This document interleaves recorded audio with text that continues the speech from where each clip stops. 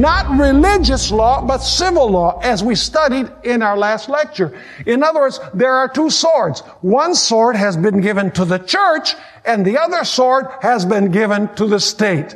The sword that has been given to the church is the Bible. The sword that has been given to the state is that of civil power and inflicting penalties on those who violate civil law. Let me ask you, did Jesus establish both of these kingdoms?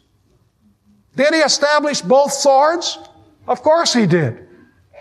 Did Jesus say, upon this rock I will build my church? He most certainly did. He said to Peter, I will give you the keys to the kingdom. And he wasn't only speaking to Peter, he was speaking to all of the apostles. In other words, the church is one kingdom, and the church has the sword of the Spirit, which is the Word of God. But did God also establish the civil power? Yes, because in Romans 13, it says clearly that he is God's minister. Now you remember when the mob came to arrest Jesus in the Garden of Gethsemane, there was one disciple, Peter, who wanted to defend the kingdom of Christ. And how did he want to defend it? Supposedly he was the first pope. Although we know that biblically and historically that's not true. But anyway, he took out his sword. And he swung at the servant of the high priest and cut off his ear. And he wasn't aiming for his ear. He was aiming for his head. But he missed. And what did Jesus say to Peter? He said, well done, Peter. Defend my kingdom with the sword. Make everybody obey me. Is that what he said? No.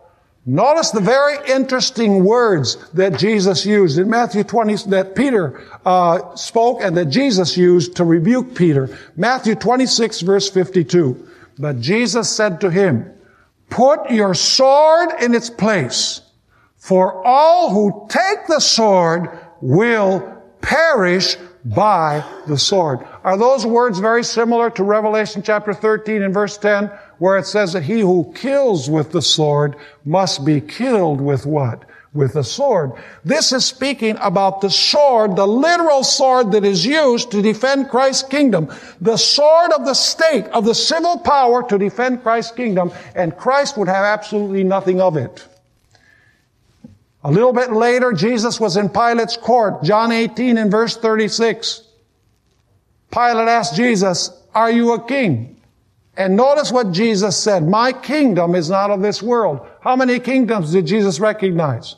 He recognized two kingdoms. He said, my kingdom is not of this world.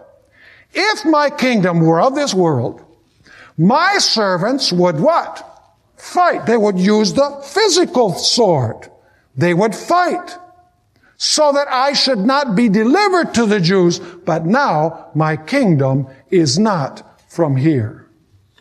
So the question is, what is the deadly wound? We can only understand the deadly wound if we understand what the sword is.